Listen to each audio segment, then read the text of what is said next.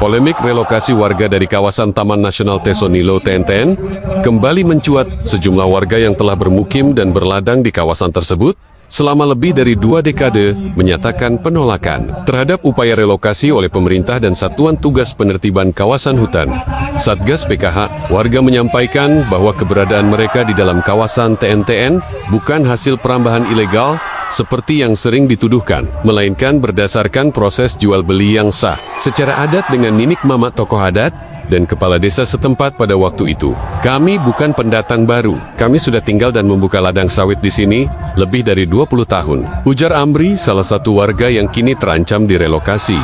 Menurut warga, pembukaan lahan dilakukan dengan izin dan restu dari tokoh adat serta kepala desa yang saat itu menjamin bahwa wilayah tersebut bukan termasuk kawasan konservasi. Sebagian besar warga bahkan telah menanam sawit sejak awal tahun 2000 dan menggantungkan hidup sepenuhnya dari hasil kebun tersebut. Kalau memang dari dulu ini hutan lindung, kenapa dibiarkan selama 20 tahun? Kami merasa seperti dijebak sejarah, tambah Amri.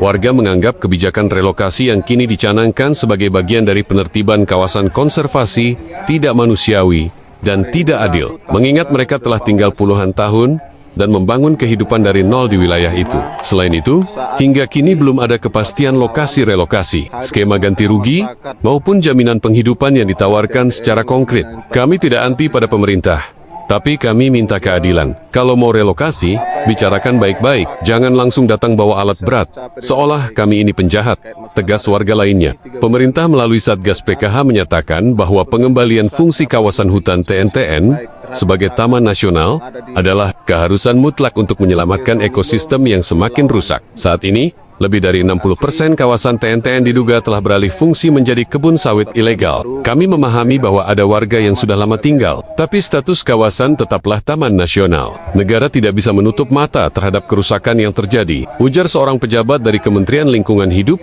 dan Kehutanan KLHK. Namun, pemerintah juga menyatakan siap membuka ruang dialog dan merancang skema relokasi berbasis dialog sosial dan pendekatan kemanusiaan. Lembaga Swadaya Masyarakat LSM Lingkungan yang selama ini memantau kondisi TNTN menyebut bahwa konflik tenurial seperti ini adalah buah dari lemahnya tata kelola lahan dan tumpang tindih, klaim kawasan antara negara dan masyarakat adat atau lokal. Warga membeli tanah dari kepala desa dan ninik mamak.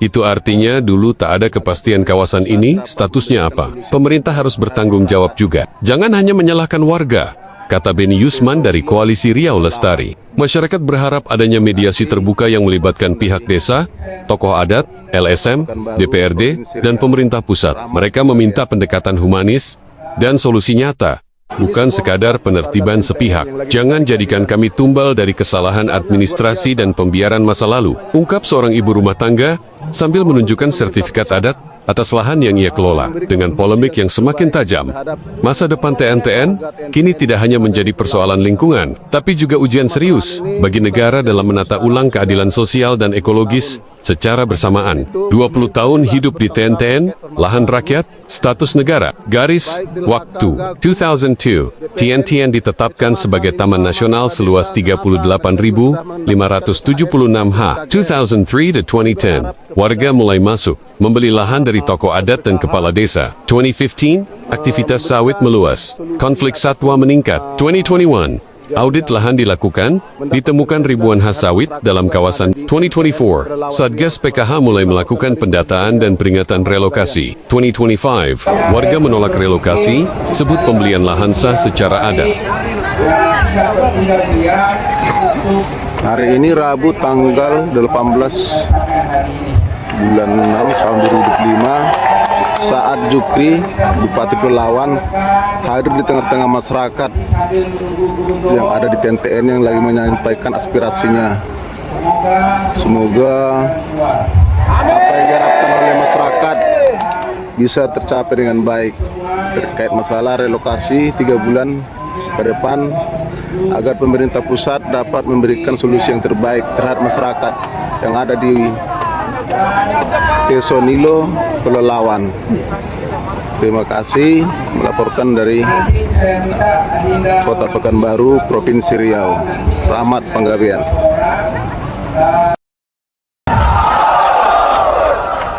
Pada hari ini Bapak Ibu yang terhormat, Bapak Kepolisian sebagai aparat penegak hukum telah terjadi perindasan-perindasan yang tak teringatkan untuk kita. Yang katanya kita bersedia lokasi mandiri. Kita bersedia. Ini lokasi mandiri yang tidak bersedia. Yang katanya kita akan masuk. Yang katanya kita di situ pendata-pendata yang tidak punya penal. Apa semangat? Bapak Ibu yang berhormat,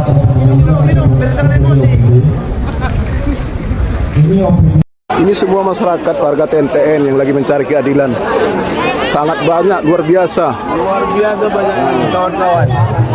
Mohon untuk pemerintah pusat memberikan solusi yang terbaik terhadap Luar biasa. warga TNTN yang ada di Pelawan, karena permasalahan ini bukan terjadi baru sekarang, sudah ada sekitar puluhan tahun. Maka dengan itu pemerintah juga harus bertanggung jawab terkait permasalahan ini, baik di LHK, Gakum, DPN, kecamatan, Ninik Mama, kepala desa. Kenapa? Mereka juga sudah mendapatkan SHM, SKT, SKGR.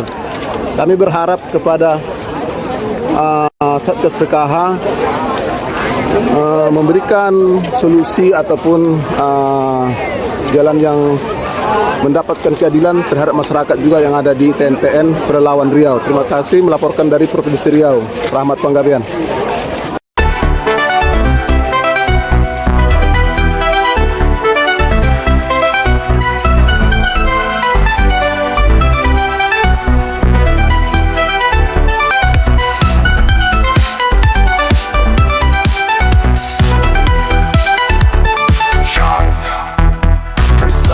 Stings dominate the opening, delivering a dramatic sense of urgency. The snare drum rolls create the tension, mimicking breaking news excitement.